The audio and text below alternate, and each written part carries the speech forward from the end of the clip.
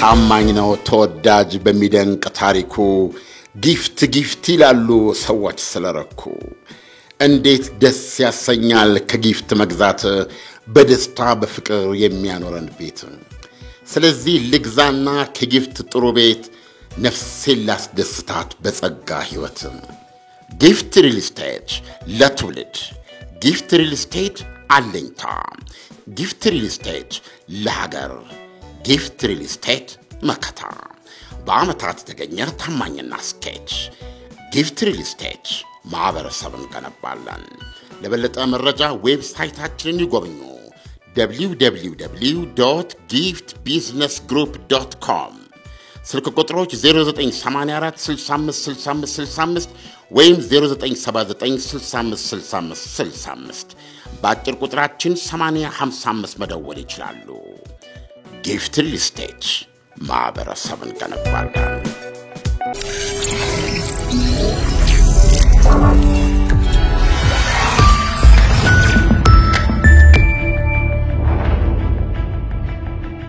ይህ ከዓለምነህ እንስማ ፕሮግራማችን ነው። ከዓለምነህ እንስማ። ትራምፕ እንደ ዩክሬኑ መሪ ዘለንስኪ የደቡብ አፍሪካውን ራማፎሳን ወጥመድ ውስጥ አስገብተዋቸው ነበር። በምን ሁኔታ ላይ ነው ያሉት? ዓለምነህ ስለዚህ ይነግረናል። ዓለም እንዴት አየኸው?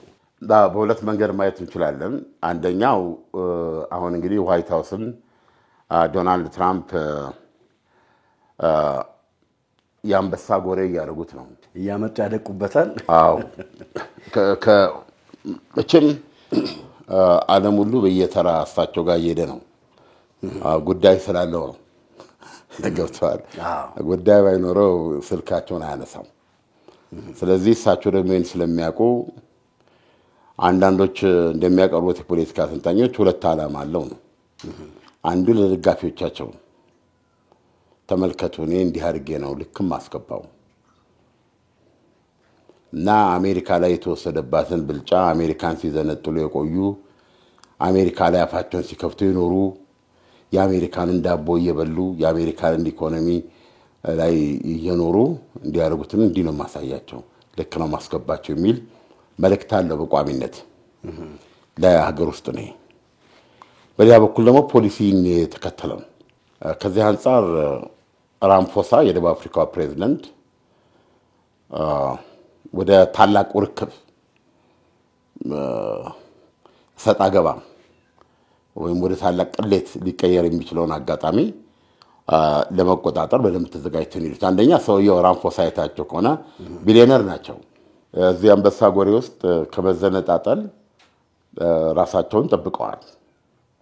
ነገር ግን ደቡብ አፍሪካ ላይ ያላቸው አቋም ግን እንደዚህ ቀላል አይመስልም። ማን ነው? ዶናልድ ትራምፕ ደቡብ አፍሪካ ላይ በጣም ጠንካራ አቋም ነው ያላቸው እና ድንገተኛም አይመስልኝም እና እየሄዱበት ያለው ነገር እኔ ድሮ እንደ ጣልቃ መግባት የሚባል ነገር አለ። በሌላው ሀገር ጉዳይ ጣልቃ መግባት ማለት ነው። ለምሳሌ አሁን እያቀረቡ የነበሩት ስክሪን አድርገው ቴሌቪዥን እያሳዩ ምናምን ምንድነው ደቡብ አፍሪካ ውስጥ የነጭ ገበሬዎች እየተጨፈጨፉ ናቸው የሚል ነው። ይሄ በጣም ከባድ ውንጀላ ነው እና ይሄን በዚህ መንገድ ያለውን ነገር እንግዲህ አርቲክሉን ምኑን ገጣጥመው ለእሳቸው ፊት ያቀረቡት ማለት ነው። እሺ እና ኦሬዲ ዲክሌር አድርገዋል እሳቸው የደቡብ አፍሪካ ነጮች ጭፍጨፋ የህልውና አደጋ ላይ ናቸው ብለው የተወሰኑ 50 ነው ምናምን የሚሉትን ኦሬዲ ተቀብለዋል። በስደተኛነት እንደዛ ሻንጣቸው ምናምን ይዘው መጥተው ገብተዋል። ኢንቨስት ያደርጋሉ። እዛ ባለሀብቶች ናቸው ተብሎ ይገመታል። ዶናልድ ትራምፕ በዚህ ወሰዳቸው በዚያ ወሰዳቸው ገንዘብ አለ እንደዛ ነው የሚያዩት እና ከሁሉም ነገር ከገንዘብ አንፃር ነው የሚያዩት። ከዚህ በፊት ይሄንን የፈረደበት አህጉር ይሄኛ የምንኖርበትን እዛ ያሉት ከዛ የሚመጡ ብለው የሽንት ቤት መቀመጫ ብለውታል። ይሄንን አህጉሩ እንዳለ በጣም አይገባቸውም። ከዚህ በፊትም በብዙ ታሪኮቻቸው ሲሰሩ አንድ ጠበቃቸው ያጋለጠው ቺካጎ የሚባል የአሜሪካ ግዛት ኦባማ የሚኖር እዛ ነው የነበረው። ማህበራዊ አንቂ የነበረበት ቦታ ነው እና የጥቁሮች ነው ጥቁሮች ብዛት አለ እና በመኪና እየሄድን እንግዲህ የቤቱ አሰራር ኮንዶሚኒየም አይነት ነገር እንደዚህ ብቻ ይሄ እንደዚህ አካባቢው አለ አይደል እንዲህ አይነት ቦታ ላይ ምንም ቢሆን ጥቁር ብቻ ነው ማለታቸው ተዘግቧል። እና አሁን ይሄ ዶናልድ ትራምፕን ከመውደድ ከመጥላት ምናምን አይደለም። ዶናልድ ትራምፕ ብዙ አመለካከት የላቸውም። ዶናልድ ትራምፕ እኮ ባለፈው እንትን ያደረጉት ጉብኝት ምንድን ነው? መካከለኛው ምስራቅ ምን እኮ የሚገርም ነገር እኮ እነ ሳውዲ አረቢያ እና እነ ኳታር እነዚህ ገንዘብ እንዳላቸው ይታወቃል። በዚህ የዓለም ቱጃሮች ናቸው። ይሄን እንትን የለም።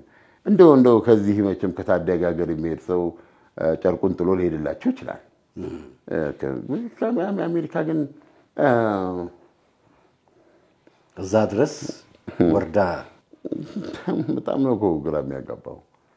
ነው አዘር ቫልዩ በቃ ዶናልድ ትራምፕ ዛፒ በቃ ይሄን ብር ይዤላችሁ መጣ፣ ይሄን ብር ይዤላችሁ መጣው፣ ይሄን እንደዚህ ያደረኩ እንደዚህ የሚል ነገር ነው። ስለዚህ ደቡብ አፍሪካ ላይ ምርር ያለ ነገር አላቸው። የኤለን መስክ ኢንተረስት ሲሆን አዎ ኤለን መስክ ያው ደቡብ አፍሪካዊ ነው። እንግዲህ የደቡብ አፍሪካ ነጮች የሚባሉት ሆላንዳውያን፣ ፈረንሳውያን፣ እንግሊዝ እንደዚህ ናቸው። ስለዚህ እውነቱን እንነጋገር ከተባለ እነሱ የአፍሪካ ሰዎች አይደሉም። ነጮቹ የአፍሪካ ሰዎች አይደሉም። የክፍለ ዘመን ጉዳይ ሊሆን ይችላል። ደቡብ አፍሪካ ውስጥ በምታየው ሁኔታ 7% ነው ጥቁሩ ከሀገሪቱ የእርሻ መሬት ውስጥ 7% ብቻ ነው በጥቁሩ እጅ ያለው። ገብቷል። በህዝብ ቁጥር ደረጃ ከዚህ ካላቸው እንትኖች አይበልጡም ነጮቹ። ማጆሪቲው ጥቁር ነው፣ የጥቁር ሀገር ነው እና አይሚን ፌር አይደለም። ማን ነው ዶናልድ ትራምፕ እያራመዱ ያሉት? ሀገሪቱ ደቡብ አፍሪካ አንድ ኦልሞስት ሀገር የማያደርጋት ደረጃ ላይ ደረሰ። የክራይም ችግር አለባት፣ የወንጀል ችግር አለባት። እኔ እንጃ አሁን ዝም ብዬ ቼክ ላድርግ ገብቼ በአንድ ወር ውስጥ ይበለኝ በአንድ ዓመት ውስጥ መሆን አለበት 10,000 ሰው ተገድሏል ይላል። እንዴ ይሄ እኮ በጦርነት የሚሞት ሰው ነው። በጣም እንዴ ይሄ እኮ በጦርነት በለየለት ጦርነት ውስጥ ነው ይሄን ያህል ሰው ሊሞት የሚችለው። ስለዚህ ይሄ በጣም የዛች ሀገር ትልቅ ችግር ነው እና ደቡብ አፍሪካ ውስጥ ደግሞ በፕራዮሪቲ ደረጃ ሲቀመጥ አላየውም። ከደቡብ አፍሪካ በምንሰማቸው የትኛውን መንግስት ቢቀመጥ ይሄ ግንባር ቀደም ታክል ልታደርገው የሚገባ ችግር ነው። ደቡብ አፍሪካ ውስጥ የክራይም እንትን አለ እና እዛ ላይ የቀረበውን ለምሳሌ የተገደሉ ነጭ ገበሬዎች እንደዚህ አሉ እና እሱን ራምፎሳ ሲያስረዱ ነበር። ታው የተገደሉ አሉ ነው። ግን አሁን የታየው የቀብር ቦታ ማን ነው? ይሄ ሁሉ ቀብር ያለቁ ገበሬዎች ናቸው የሚለውን የትራምፕን አይደለም። ግን ነጮቹም እንደ ጥቁሮቹ እንደ ህንዶቹ ይገደላሉ። የሚገደሉት ግን በዚህ በሀገሪቱን በወረርሽኝ ደረጃ በያዘው ክራይም ነው፣ የወንጀል ሀገር ሆናለች እንጂ ነጮችን ስፔሲፊካሊ ኢላማ አድርጎ የፖለቲካ ተገን ኖሮት በእነሱ ላይ እየተካሄደ ያለ የዘር ማጥፋት የለም። እና ትናንትና ዶናልድ ትራምፕ በዛ ሁኔታ አቀረቡት ማለት ነው። አንዳንድ ጊዜ ይሄንን ያቀረቡት ጆ ባይደን ቢሆኑ በጣም ከባድ ነበር፣ ይቀርማል። ግን አሁን ደግሞ በሌላ በኩል ምን እየሆነ መጥቷል? ዶናልድ ትራምፕ ስላቀረቡት አሜሪካ ጫና ልታሳድር ትችላለች እንጂ ክብደቱ ግን ያን ያህል አይደለም። ስለዚህ ዶናልድ ትራምፕ የሚያቀርቧቸው ነገሮች ቫልዩ እየወረደ መጥቷል ማለት ይቻላል። ምንድነው አሜሪካ እንደ ፓወር ይሄን ነገር ምክንያት አድርጋ እዛ ሀገር ላይ ልታደርስ የምትችለው ነገር ነው ግምት ውስጥ የሚገባው እንጂ የአሁን የዶናልድ ትራምፕን አሴስመንት ሲሪየስ አትወስደውም። ማለት ፍጹም ግዴለሽነት ደንታቤት በጣም ናቂነት ይታያል። በጣም ኢትስ ላይክ ኪንግ ኤምፐረር። አሁን ይሄ ዝም ብለህ በዚህ በዲፕሎማሲ ቋንቋ ትለው የነበረው ይሄ በሀገሮች መካከል መከባበር ምናምን የምትላቸው አሉ እኮ ይሄ ዲፕሎማቲክ ናይሲቲ የምትላቸው አለ አይደለም የምታስመስላቸው ነገሮች አሉ። ዶናልድ ትራምፕ በጣም እንዴ አሁን እኮ ጊዜው ተለውጦ እኮ ነው። ጊዜው እኮ በየጊዜው እየተለወጠ መጥቷል። አብረን እኮ እየተለወጥን ነው ያለነው። አይፈቅድም እንደዚህ አይነት ሁኔታ። አንድ መሪ እዛ ሲቀመጥ የሚወክለው ህዝብ አለ እና የሚወክለው ህዝብ አለ። ስለዚህ የዛ ህዝብ ክብር ነው እና አንተ ለዚህ መሪ የምታሳየውና የማታሳየው ነገር ለዛ ህዝብ የምታሳየውና የማታሳየው ነገር ነው። ስለዚህ አሁን እዚህ ጋር መሪዎች እየመጡ የአንበሳ ደን ውስጥ የሚገቡበት ሁኔታ ነው ይታያል። ግን ዓለም ለምሳሌ የደቡብ አፍሪካውን ፕሬዝዳንት ብንወስድ አሜሪካ ለጣለችው ታሪፍ ወዲያው ነው ምላሽ የሰጡት ተመጣጣኝ የሆነ ነገር። ስለዚህ ደቡብ አፍሪካ እንግዲህ ከአፍሪካ የመጀመሪያው ናቸው መሰለኝ አሁን በዶናልድ ትራምፕ ጊዜ ተጠርተው ከተጋበዙ ሰዎች መካከል መጋበዛቸው በራሱ ቻሌንጅ ማድረጋቸው ነው። አምኖቹ አሜሪካ ጋብዛቸው ይሆን ራሳቸው ጠይቀው ሄዶ እርግጠኛ አይደለሁም። ነገር ግን እኔ እንደዝም ብዬ የሚሰማ ራሳቸው ጠይቀው መሆን አለበት። ምክንያቱም ደቡብ አፍሪካ ብላክ ኤንድ ዋይት ዋጋ እየከፈለች እኮ ነው ያለችው። አንደኛ ያንን $400 ሚሊዮን በጆርጅ ቡሽ ጊዜ ወጣ ነገር ነው። ከፍተኛ የኤችአይቪ ችግር ያለባት ነች። ብዙ ምናልባት በሚሊዮን የሚቆጠሩ ደቡብ አፍሪካውያን እዛ ላይ ዲፔንድ ያደርጋል ህይወታቸው። አየህ ደውኛ ኮን ደቡብ አፍሪካ ባንጣራነት ከአፍሪካ ሀብታም ያስደው ወደ ውስጥ ትገባ እንደዚህ አይደለም ሪያሊቲው። አየህ ብዙ ሀብታሞች አሏት ብዙ ብልጽግና አላት ማለት ይሆናል እንጂ በጣም ደሃ ከምትላቸው ሀገሮች ባላነሰ በአስከፊ ሁኔታ የሚኖሩ ሰዎች ይኖራሉ።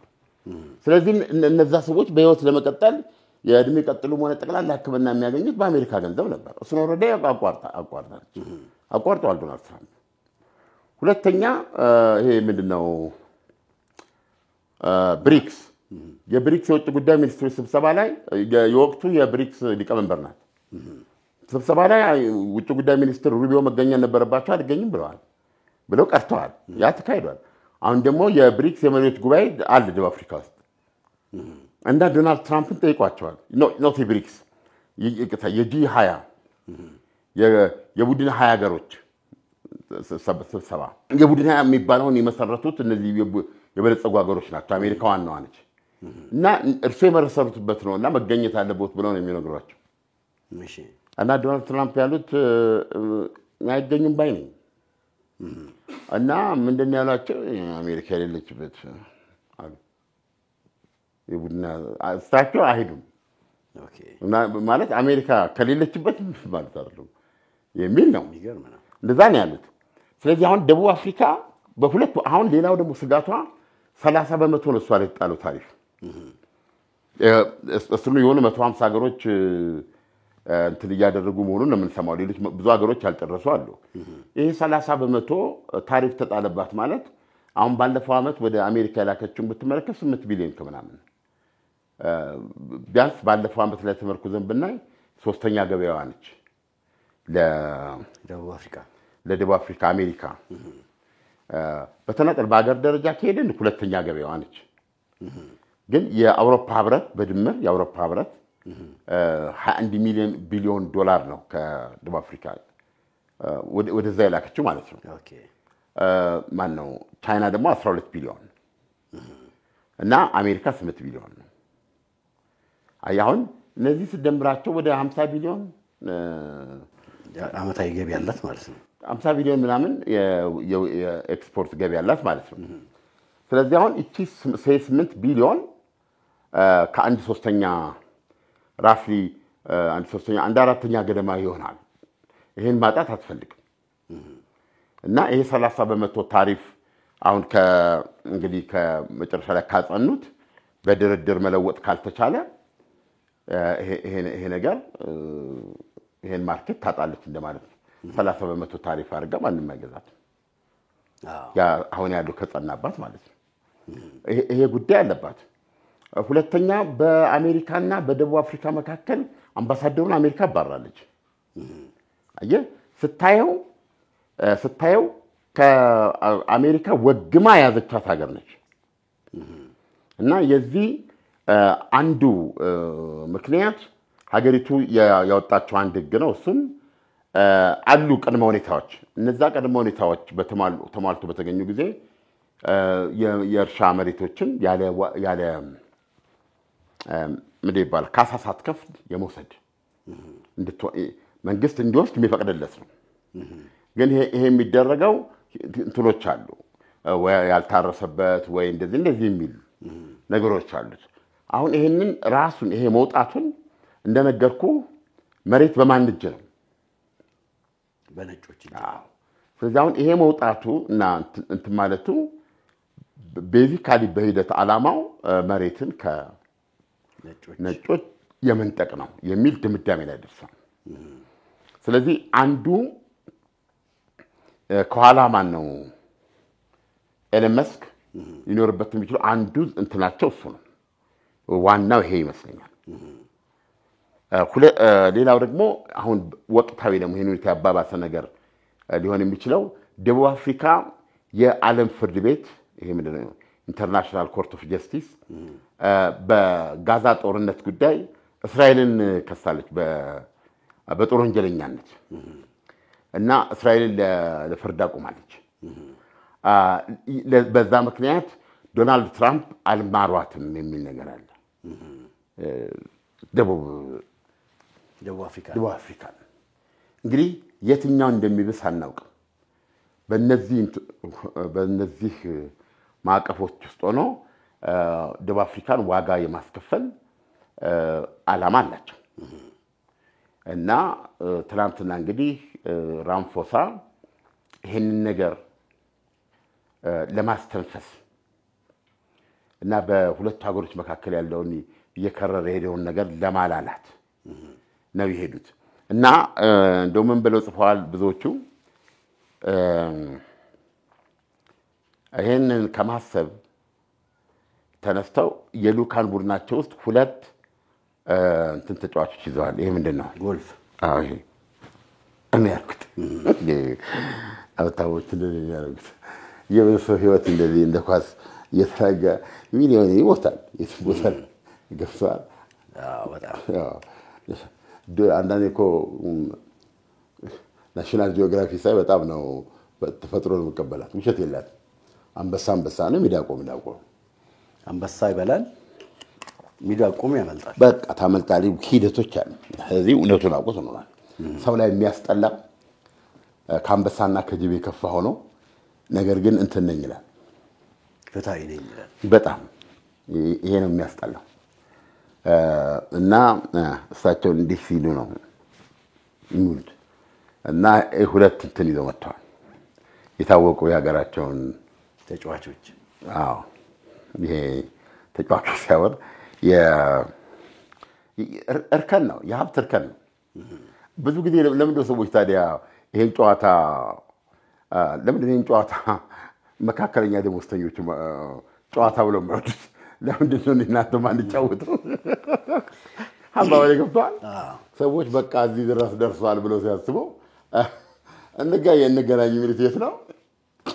ጎልፍ ላይ ነውና መታያ ነው እና እዛ ጨዋታ ይሄን የሚያውቁ ሁለት ተጫዋቾች እዚህ ሀገራችን ይዘው መጥተዋል።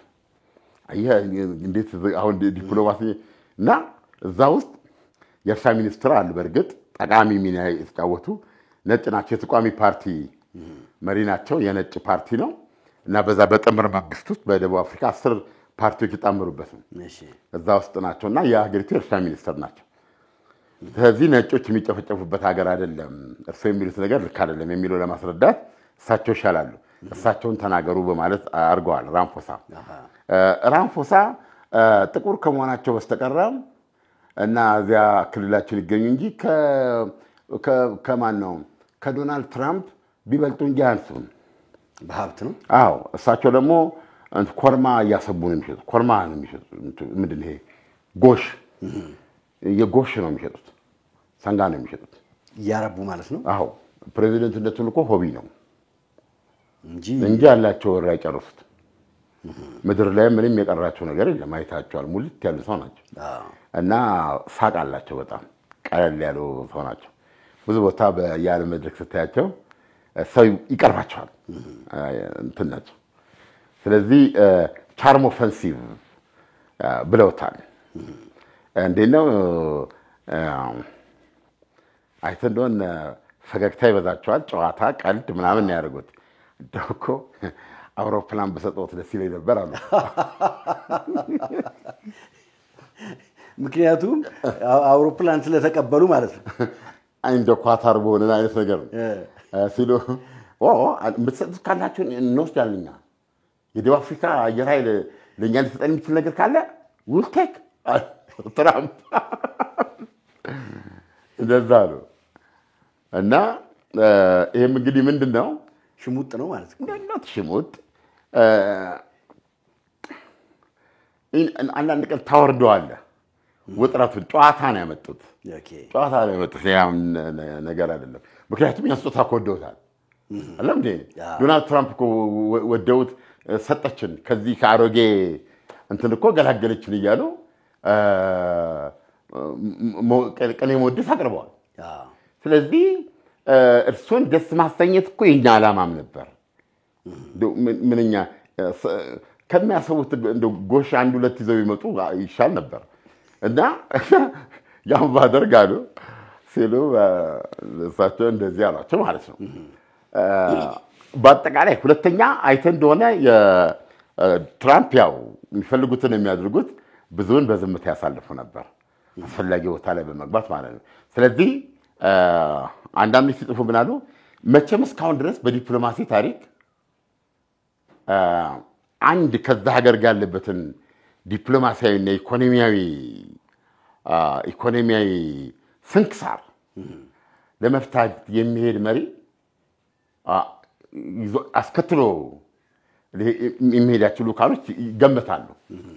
ከነሱ ውስጥ ሁለት እነዚህ ተጫዋች ይዘው የሚሄዳቸው ቶታሊ የመጀመሪያው ነው በታሪክ ላይ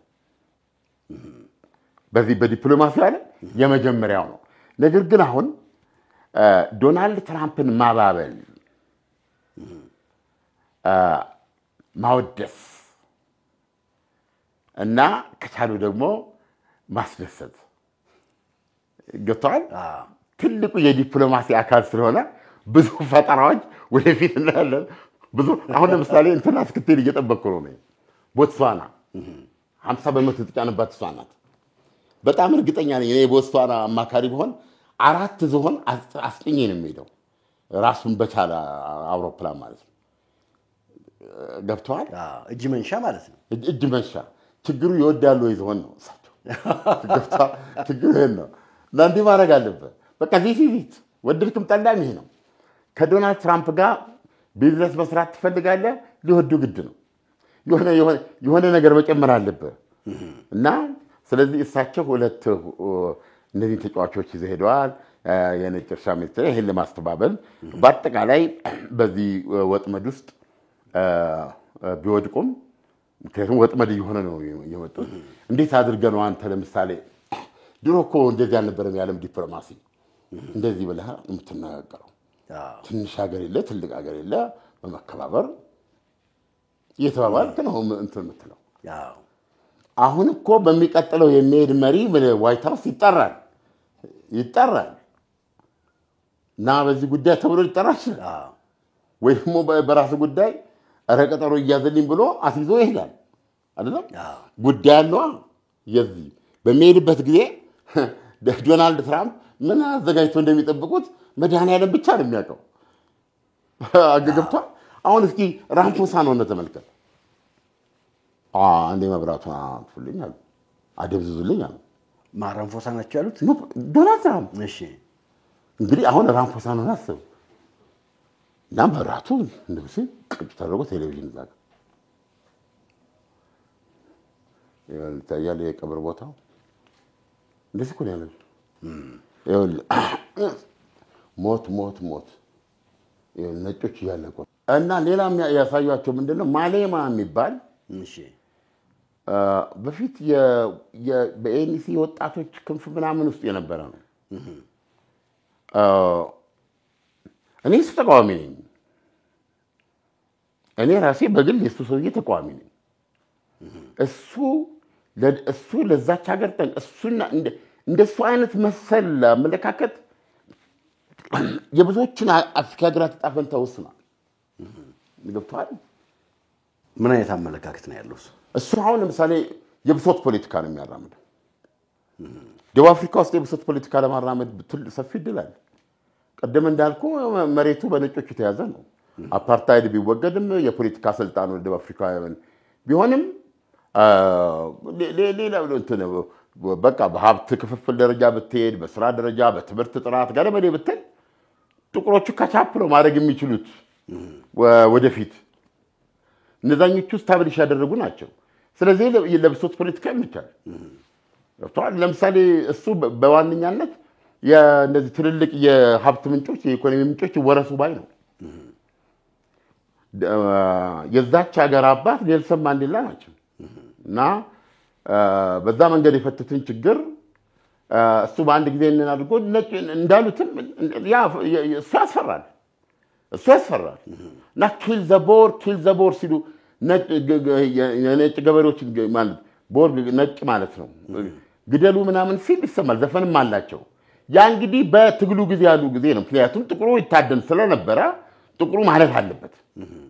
አሁን ግን ያ አልፎ ስንት ዓመት መጣል። አሁንም ኪል ዘ ቦር ይላል ይዞ እና ፓርላማ ውስጥ ሲበጠብጥ ነው የምትለው። የደቡብ አፍሪካ ፓርላማ እኮ ደንበኛ መዝናኛ እኮ ነው።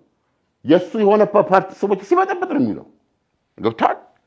እውነት ሊኖረው ይችላል። ግን አሁን እሳቸው ትናንትና ራምፖሳ ስለነበሩት ይሄ ሰውዬ እኮ መንግስት ውስጥ አይደለም። ይህ ሰውዬ አይወስንም። ይህ ሰውዬ ፖለቲካችን ውስጥ ዲሞክራሲ አቻችሎ ከሚይዛቸው ውስጥ ነው። ዲሞክራሲ ያመጣው ነው። ምርጫ ተወዳድሮ ነው የሚመጣው። ይሄ መንግስታችን ውስጥ አላስቀመጥነውም። ስለዚህ ይሄንን ክፉ ምኞቱን ተግባራዊ ሊያደርግ የሚችልበት መንገድ የለም። የሱ ድርጊት የደቡብ አፍሪካ መንግስት ድርጊት ተደርጎ መታየት የለበትም በማለት ነው ሲከራከሩ ነበሩት። እና እንደውም አንድ ቦታ ላይ ዶናልድ ለምን አታስሩትም አለ። ለምን አታስሩትም አለ። እና ያንን ነው የቀረበው። እና ምን ለማለት ፈልጌ አሁን ብዙ ጊዜ ስንሰማ እኮ ነው የምነግረው። ብዙ አቤታ እኔ እንደው አንዳንዴ በጣም ይሰማኛል የሚሰሙኝ። ለምሳሌ ስም ሳልጠቅስ አንድ የቀድሞ ኔልሰን ማንዴላ ለመተቸት የሚደፍሩ የአፍሪካ መሪዎች ነበሩ፣ የድሮ የአፍሪካ መሪዎች። እና እንዴት ጠቅላላ ኢኮኖሚውን ለነሱ ትቶ እንዴት ጥቁሩን እንደዚህ ያደርጋል? የመንግስት የህዝብ አርጎ ሲያበቃ የኢኮኖሚውን እንደዚህ ማድረግ አልነበረበትም ወይ? እጅ ነው የሰጠው እንደዚህ ብለው የሚሉ አሉ። እነዛ ሰዎች ምንድን ናቸው? እግዚአብሔር የተጻጻት መማር አይችሉም። ራሳቸውን እንዳደነቁ እንዳወደሱባቸውን በሲኒ ላይ እንደዚህ በወርቅ ሲኒ ላይ እንባቸው መሬት እንዳይፈስ እያደረጉ ጥሩ እየበሉ ፍትፍት እየበሉ አጥንት እየቆረጠሙ መቅኔ እየጠጡ ጠጅ እየጠጡ ወደ መቃብር የሚሄዱ ናቸው። ሙዚቃ እየዘፈኑ የሚሄዱ ከኋላቸው ስለሰሩት ነገር፣ በእነሱ ምክንያት ስላለቀው ነገር፣ በእነሱ ምክንያት ስለጠፋው ነገር፣ በእነሱ ምክንያት ስለወደመ ሀገር ደንታ ያላቸው። ይሄ መታደል ነው። በቃ መታደል ነው እንጂ እነዚህ ሰዎች ትናንት የሰሩትና የነሱ እርምጃ ዛሬ እነሱ ያሉበት እንትን የሚያኮራው ነው አይደለም። ለማፈርም ሰው መሆን ያስፈልጋል። ሰውነት ህሊና ያስፈልጋል። ኔልሰን ማንዴላ ያደረጉት የደቡብ አፍሪካ ነጮች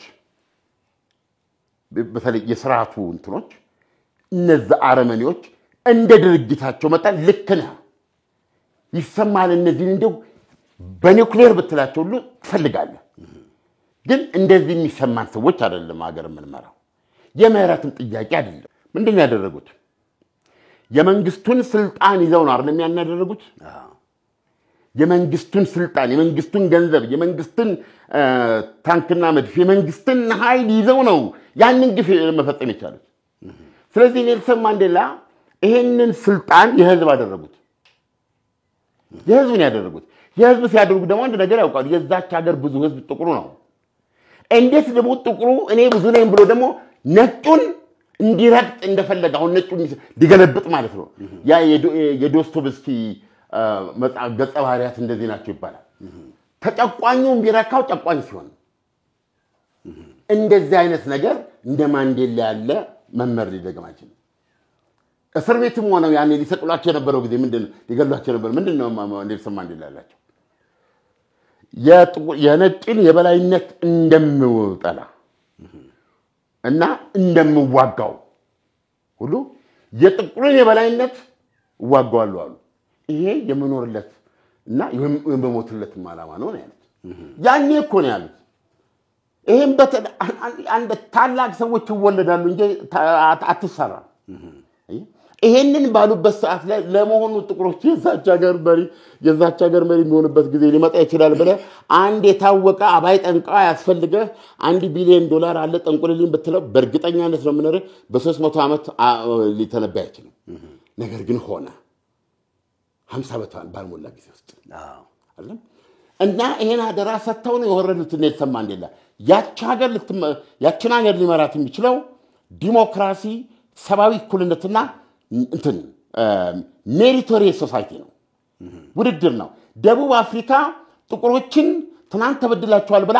አዝላ ገብቷል ያለውን የሀገሪቱን ኢኮኖሚ ዝም ብላ ልትመግብ አትችልም ገብቷል ያጡትን እድል መስጠታቸው ትናንት ቤት አልነበራቸውም አይደለም ቤት ፕሮጀክት ታደርጋለ ቤት ሰራል ቤት ትገነባለ ይሄ ለማድረግ ምን የምታደርገው የስራ ዕድል ትሰጣለህ አይደል ከፊት ላሉት የስራ ዕድል የሚያገኙበት መንገድ የትምህርት ጥራት ተጨምራለህ መሰረተ ልማት ተዘረጋለህ እና ጥቁሮች ያጡት ምንድነው ትምህርት ነው ያጡት ደህንነት ነው ያጡት እነዚህ ታመቻቻለህ ከዛስ እንትኑ ምንድነው በፖሊሲ ደረጃ መተራም አንድ ሀገር ስለሆነ በፖሊሲ ደረጃ ደግሞ መተራምዳቸው ነገሮች ይኖራሉ አይደለም ከወጡበት ጥርቃሮስ ለማውጣት እንደ ሶሳይቲ መሰረታዊ የምታረጉ ነገር ዘሬስት ምንድነው ማለት እያንዳንዱ ጥቁር መረዳት ያለበት እዛች ሀገር ላይ ሰርቶ ነው መኖር የሚችለው ገብቷል ነገር ግን ሰርቶ ለመኖር ከኋላው ምን አለው ሀብት የለውም ትናንት በጭቆና ውስጥ የነበረ ነው ሰርቶ ለመኖር ትናንት ትምህርት ዕድል አላገኘም ማርጂናላይዝ የነበረ ነው ትናንት እንደዚህ ያለው እነዚህ ነገሮች ነው የምትፈታው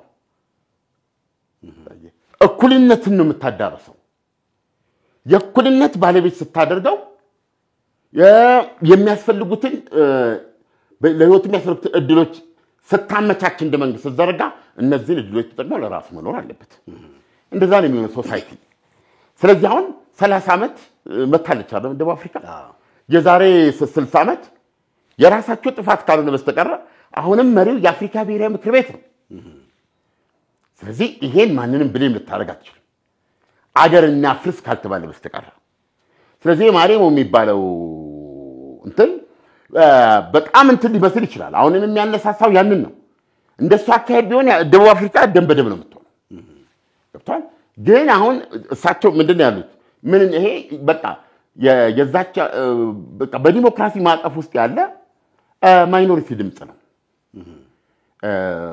እና በዛው ሁኔታ ውስጥ ያለ ነው ይሄንን ነው እንግዲህ ዶናልድ ትራምፕ እዛች ሀገር ውስጥ ነጮች ላይ ጭፍጨፋ እየተደረገ ነው እና እንደ ማስረጃ አድርጎ ደግሞ ማሌማን ያቀረቡት ማለት ነው ስለዚህ ሪሜምበር ኔልሰን ማንዴላ አካሄድ ይህን ጥቁር ህዝብ ያድናል ገብቷል በጣም ይኸውልህ ኔልሰን ማንዴላ እኮ በአፓርታይድ ውስጥ አፓርታይድ እኮ ቀጥታ ለስንት ዓመት ያሰራቸው እኮ ናቸው ወለላ ያስቀመጣቸው ናቸው የካባ ድንጋይ ያስፈለጣቸው ናቸው ህይወት እኮ አያቆም ግማሽ እድሜያቸውን እኮ እዛ ያሳልፉ ሰው ናቸው አየህ እሳቸው ይቀር ያሉትን እሳቸው ያስቀመጡትን ነገር እኔ በሆነ ይያሉ አሁንም ያለፈ ታሪካቸውን የማይመረምሩ የቀደሙ የድሮ መሪዎች አሉ ወደ ኋላቸው ሳይው ውድመትና አልቄት ነው ያዩት የተነሱበት አገር የለችም እነህን የሚሉ የአፍሪካ መሪዎች እንግዲህ ሃፒ ናቸው ኔልሰን ማንዴላን ለመተቸት ገቱ አላቸው አሁንም ድረስ ለምን አያፍሩም ሀፍረት የላቸውም እንግሊና ማልፈጠረላቸው ስለዚህ ትናንትና ማን ነው ዶናልድ ትራምፕ ያነሱት ነገር ይሄ ነበር ይሄንን በሚገባ ራምፎሳ ተወጣጣ ያው ማንዴላን ብንወስድ እዚህ ቦታ ላይ በጥልቀት ያሰቡበት አንድ ትልቅ ነገር ብዬ ማስበው ምንድነው ነጮቹ አገሪቷን በጣም በከፍተኛ ሁኔታ ለውጠዋታል አሁን ሳውዝ አፍሪካ ስትሄድ ፕሪቶሪያም ብታይ ኦኬ ጆሃንስበርግንም ብታይ እና እጅግ በጣም የሚገርም ውበት ያላቸው አውሮፓ ሀገር ማለት ይቻላል ግን ብዙ ቦታዎች ላይ ደግሞ ስትመለከት መሃል ከተማው ላይ ልክ እንደዚህ እኛ ሀገር እንደ ከሰል ማንደጃ ምናምን አይነት ነገሮች ሆነው የሚሰሩ ጥቁሮች አሉ ምን የሚሰሩት ይሄ ምግብ የሚያበስሉ ምን የሚሉ ምናምን ነገር እንደኛ እንደኛ ማለት ይቻላል እና ህዝቡን ስታየው በሚፈልገው መጠን የሰለጠነና ያደገ ህዝብ አይመስልም በሌላ መልኩ ደግሞ ስታይ በጣም ትልልቅ ረጃጅም ፎቆች የተጣሉዋል ባለቤት የሌላቸው ምንድነው ስትል ባለቤቱ ጥሎት አሜሪካ ሄዷል ባለቤቱ ጥሎት እንደዚህ ቦታ ሄዷል ይላሉ ሸጦም አልቻለም አመሸጥም እንግዲህ ወይም ለዛ ባለሀብት ያቺ ትንሽ ናት ማለት ነው ኦኬ ስለዚህ ህንጻው ትንሽ ነው ህንጻው ትንሽ ነው አሜሪካ ውስጥ እንትን የሚጫወት ሰው ነው ማለት ነው አሁን እነዚህ ነጮች እስቲ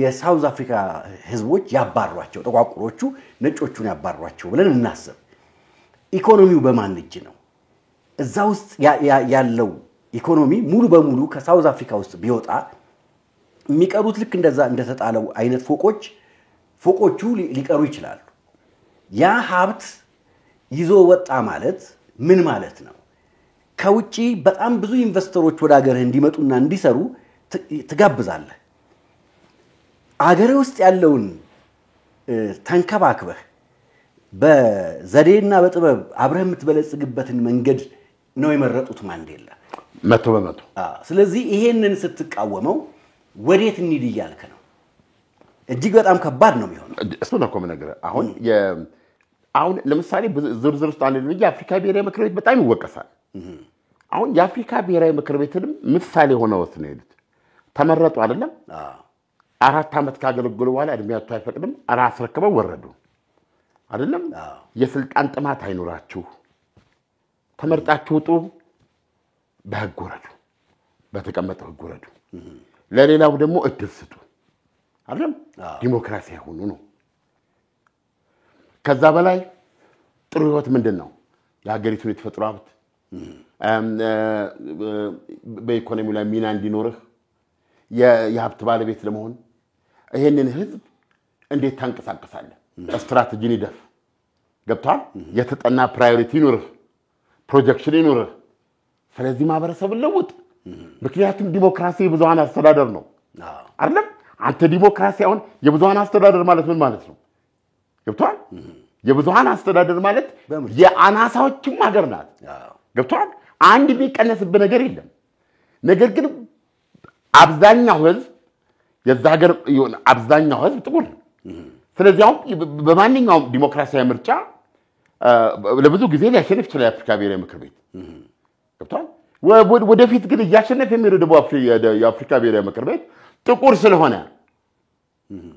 ደቡብ አፍሪካ በብዛት ጥቁር ስለሆነ ከሆነ ታይዘው ነው የሚጠፉት ገብቷል የአፍሪካ ብሔራዊ ምክር ቤት እየተመረጠ የዛች ሀገር መሪ ሆኖ ለመቀጠል በነጮችም መመረጥ መቻል አለበት አንደኛ ለማይኖሪቲዎች በሚሰጠው ሰላም በሚያረጋግጠው ደህንነት ያላቸውን ፖቴንሻል ሁሉ ተጠቅመው የሚኖርበት ሀገር መሆኑን ማረጋገጥ መቻል አለበት ህግና ስርዓት ፈነበት ሀገር ማድረግ አለበት በዚህ በኩል ደግሞ ጥቁሩ ታግሏል ጀግና ህዝብ ነው 100 አመት የኖረ ፓርቲ ነው የአፍሪካ ብሔራዊ ምክር ቤት ታግሎ ያንን አፓርታይድ የሚባል ቢስት ጥሏል ገብቷል ሄሮች አሉት ለዚህ በርግጥ አሁን ይሄን የጣለ ህዝብ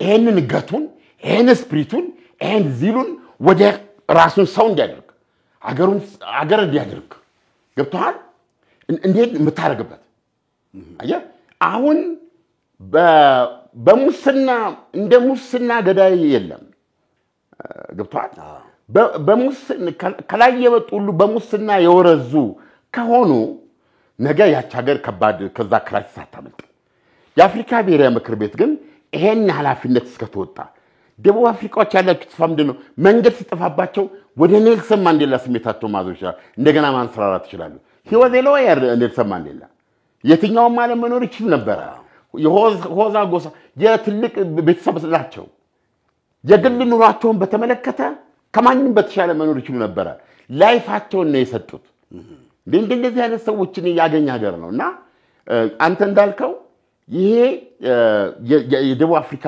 መንግስት የአፍሪካ ብሔራዊ ምክር ቤት ሲሪየስሊ ራሱን እየታገለ የብዙሃንን ጥቁር ህይወት ማሻሻል አለበት የሚሰራውን ይዞ መቀጠል አለበት ወንጀልን መዋጋት አለበት አሁን ለምሳሌ በጣም የሚያሳዝነው is criminality it is criminality ያሉ ይናገሩ ነበር ማነው ራምፎሳ ያሳፍራል ጄኖሳይድ አይደለም እየፈጸምን ያለ ነጮች ቢሞቱ በጄኖሳይድ አለ ነጮች ለይተን እየገደልናቸው ስለሆነ አይደለም በወንጀል ነው የሚሞቱት አዚፍ ወንጀል ነፃ እንደሆነ ይሄ ሊያሳፍር ይገባል 10,000 ሰው በአንድ አመት በወንጀል የሚሞት በኮን ማን ይቀመጣል እዛ ሪሊ ደቡብ አፍሪካ ውስጥ 10,000 ሰው ይገደላል አይ በጣም አሁን ለምሳሌ እንደ ልብህ ወካት ታረግም ለምሳሌ መኪና ለምሳሌ ስታቆም መኪና ላይ ምን ታረጋለህ መሪውን ከማርሹ ጋር ነው ከምናምን ጋር የምታስተሳስርበት ወርደህ ዝም ብለህ አትሄድም የሚሸከሙ አሉ ለምሳሌ 3 ሆነው ይመጣና ከኋላ እፍና አድርጎ ወደ ላይ ከፍ ያረጋል ወደ ላይ ከፍ ሲያረጋ አንዱ ከፊት ለፊት ይመጣና ጩቤ ይዞ ይቆማል ማለት ነው አንተ ጅን እንደዚህ አድርገህ እንደፈለጉ እንዲያረጉ መልቀቅ ነው ኪስን ይፈትሻል ምናምን ሁሉ ነገር ያለውን ይወስድና ዘጭ አርጎ ጥሎ ይሄዳል ማለት ነው ግድንግዶች ማለት ነው ስለዚህ በነፃነት ብድግ ብለህ አትሄድም አሁን ሆቴሎቻቸው በሙሉ በካሜራ የተጠመዱ ናቸው በሮቻቸው በእንትን አውቶማቲካሊ ነው የሚከፈቱት እና ውጪ በር ላይ ያለው ለምሳሌ ጥበቃው በር ላይ ባለ ካሜራ ያያል መጀመሪያ ካየህ በኋላ ሰላማዊ ነው ብሎ ሲገምት ነው በሩን የሚከፍትል ጸጉር ቤት ምናምን ስትሄድ 2 በር ነው ያለው የመጀመሪያው በር የብረት በር ነው የብረቱ በር ጸጉርን ለመከልከል የብረት በር ነው የብረቱ በር እንደዚህ እንትን ፍረግረግ ነው ከዛ የእንጨት በር ደግሞ አለ እሺ ስታንኳኳ ወይም ደውል ስትደውል ያይህና የመጀመሪያ የእንጨቱን በር ነው የሚከፍተው እሺ የእንጨቱን በር ከፍቶ ብቻህን መሆንህን ሲያይ ለምሳሌ 2-3 ግድንግድ ጥቁሮች ከሆኑ ለምሳሌ አይከፍትልህ የዚህን ያህል ማለት ነው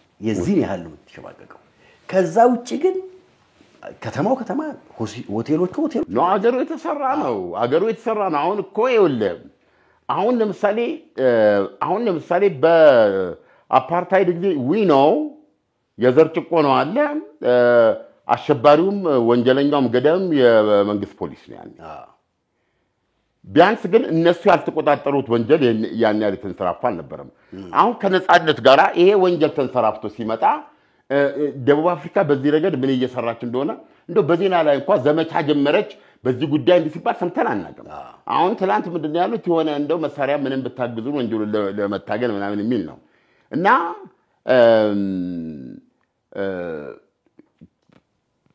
ይሄን ነገር አስቸጋሪ ነው ትላንት ራምፖሳም እነዚህ የመጡ ሰዎች የክራይም ሊሆኑ ይችላል እንጂ በተረፈ ቆንጆ ኑሮ ነው የሚኖሩት ብለዋል ግን በሰው ልጅ ታሪክ ውስጥ እንደዚህ አይነት ወንጀል ሲበዛ it's not actually በርግጥ አልሞትም ብለህ አትኖርም ከተሞች ቦታዎች የራሳቸው ሪስክ አላቸው የምትችለው ሪስክ አለ የግድ ነገር ግን በዚህ ደረጃ አሁን በምትለው ደረጃ ሲሆን ግን በጣም አስቸጋሪ ነው በጣም በስጋት ነው የምትኖረው ማለት ነው ይሄን ለማስረዳት ሞክረዋል በአጠቃላይ ስለ ደቡብ አፍሪካ ማለት የሚቻለው እንግዲህ በትናንቱ በነገራችን ላይ ሙቀቱ ይሰማሃል አይደለም ፍሬሊ ትልቅ ፈተና ነው እኔ አዲስ አበባ ብዙ ኖር ያለው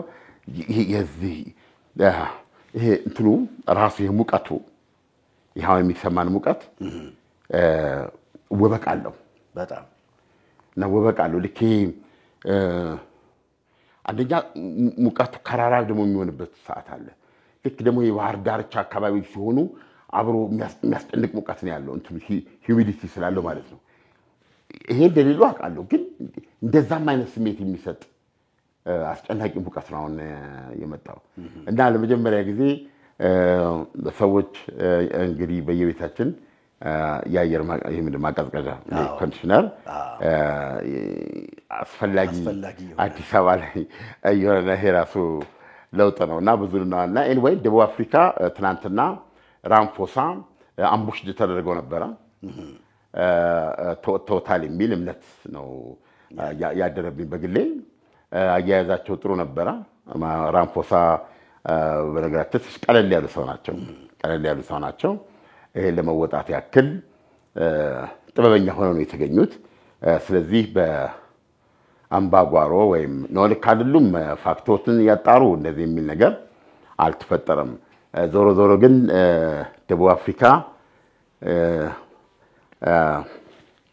የዶናልድ ትራምፕ አስተዳደር በሀገሪቱ ላይ ያለውን አመለካከት ማስቀየር ችለው ይሆን አይሆን ከሆነ ጥያቄ ግን አይመስለኝም ይህ ከዓለምነህ እንስማ ፕሮግራማችን ነው የደቡብ አፍሪካው ፕሬዝዳንት አሜሪካ በነበረው ውይይታቸው እጅግ ጥበብ በተሞላው መንገድ አልፈዋል ሐሳባቸውን አሳክተዋል አላሳኩም ዛሬ ላይ ሆነን መናገር አልቻለም ሰሞኑን በመናገኛቸው መረጃዎች ይዘን እንቀርባለን የዛሬው ፕሮግራማችን ይሄን ይመስላል በሌላ ጊዜ በሌላ ፕሮግራም እስከምንገናኝ መልካም ጊዜ በነገራችን ላይ ላይክ ሰብስክራይብ ሼር ማድረጋችሁን አትዘንጉ መልካም ጊዜ ታማኝ ነው ተወዳጅ በሚደንቅ ታሪኩ ጊፍት ይላሉ ሰዎች ስለረኩ እንዴት ደስ ያሰኛል ከጊፍት መግዛት በደስታ በፍቅር የሚያኖረን ቤት ስለዚህ ልግዛና ከጊፍት ጥሩ ቤት